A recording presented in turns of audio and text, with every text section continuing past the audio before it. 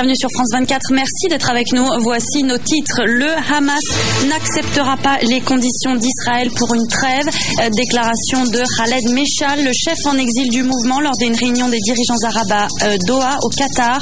Un revers pour la diplomatie alors qu'un accord semblait proche. Après 3 semaines de guerre à Gaza, le négociateur israélien Amos Gilad est encore au Caire.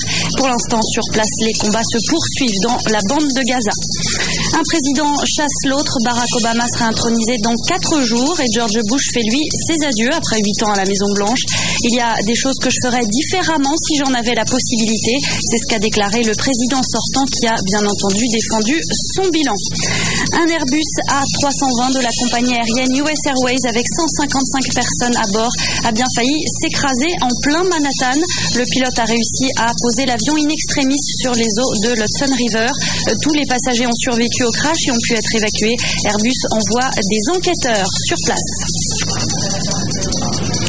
Le chef en exil du Hamas, Khaled Meshal, a déclaré que le mouvement islamiste n'accepterait pas les conditions d'Israël en vue d'un cessez-le-feu à Gaza. Un revers pour la diplomatie alors qu'un accord semblait proche. Nous sommes en ligne avec Marc de Chaleron, notre correspondant à Jérusalem.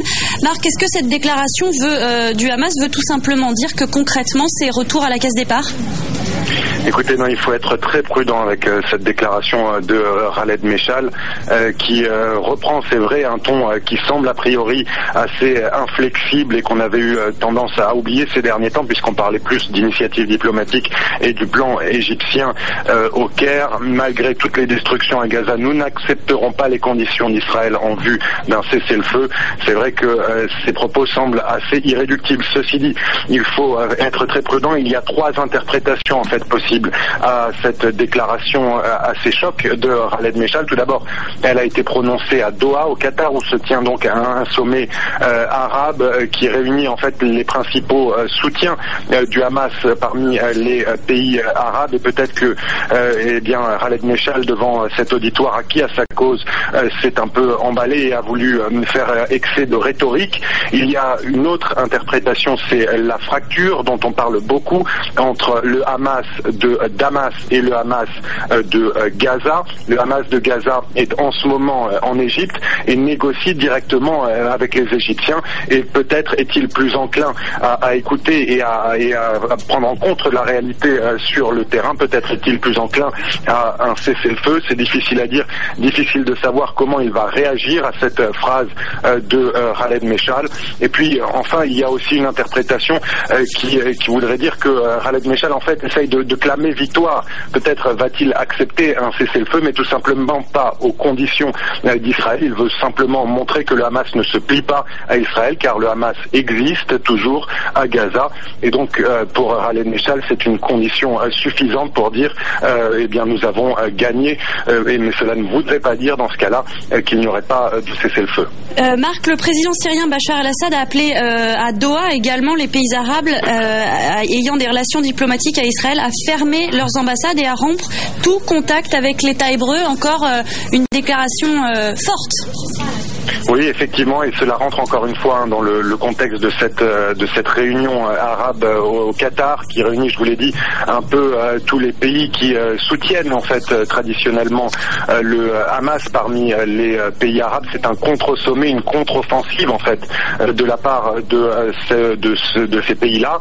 Et par exemple, l'Égypte et l'Arabie Saoudite qui sont assez impliqués dans le processus diplomatique en cours au Caire ne se sont pas déplacés au Qatar. Ils ont boycotté cette réunion-là, et donc la phrase de Bachar el-Assad rentre dans ce contexte-là d'un front arabe qui serait lui plus favorable au Hamas que l'autre front, le front mené par l'Égypte et l'Arabie Saoudite, qui est en train de mener des pourparlers très intenses encore au Caire.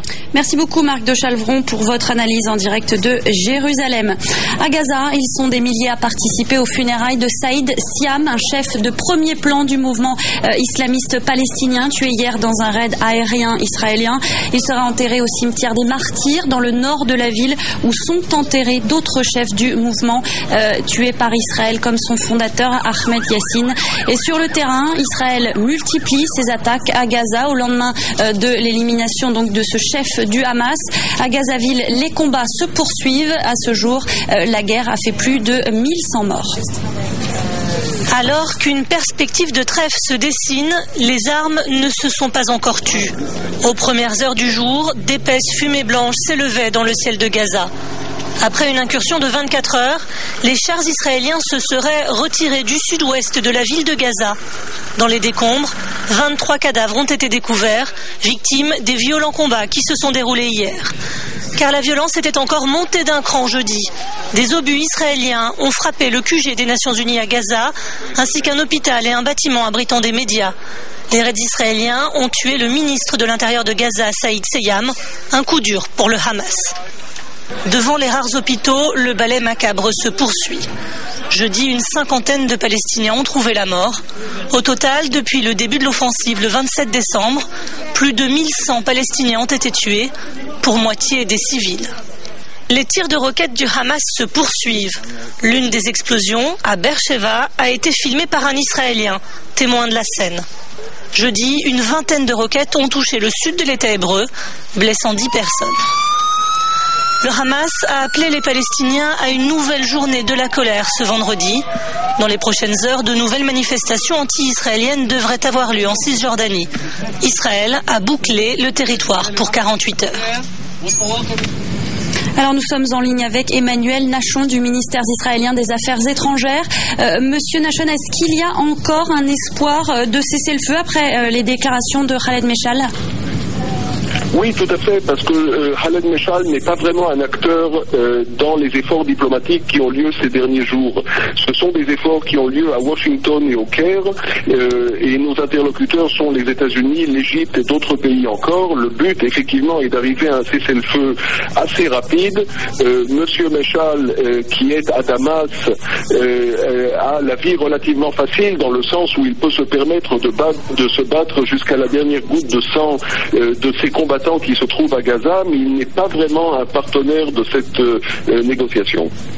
Le président syrien Bachar el-Assad a appelé aujourd'hui les pays arabes à fermer leur ambassade et à rompre tout contact avec l'État hébreu. Quelle est votre réaction ?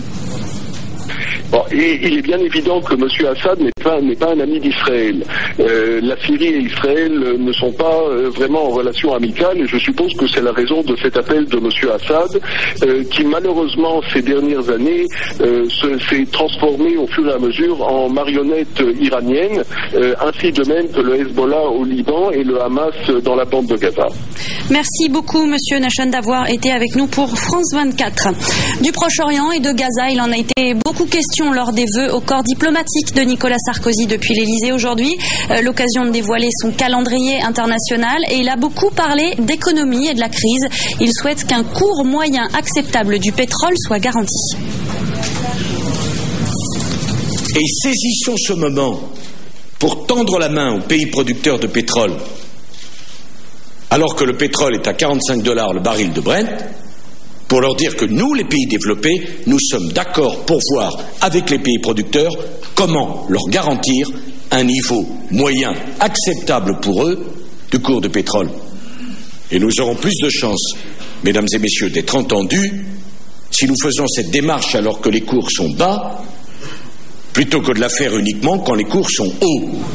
Je ne pensais pas que j'aurais assisté un jour à l'élection d'un Noir à la présidence. Ce sont les mots de George Bush qui ne cesse de faire ses adieux 4 jours avant la cérémonie d'investiture de Barack Obama.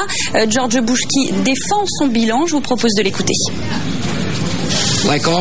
Comme tous ceux qui ont exercé ces fonctions avant moi, j'ai connu des revers.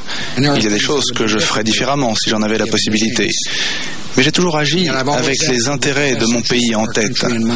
J'ai toujours écouté ma conscience et fait ce que je pensais être juste. Vous pouvez ne pas être d'accord avec les décisions que j'ai pu prendre, mais j'espère que vous conviendrez que j'avais la volonté de prendre les décisions les plus dures. L'histoire aurait pu être dramatique, mais elle se termine étonnamment bien. Un Airbus A320 avec 155 personnes à son bord a été obligé de se poser en urgence après l'arrêt de ses 2 moteurs, peu après son décollage de l'aéroport La Guardia à New York. Visiblement, un vol d'oies sauvages serait en cause. Le pilote a réussi à faire atterrir l'appareil sur l'eau. C'est la fin de cette édition. Merci d'avoir été avec nous. Je vous retrouve dans 20 minutes. À tout à l'heure.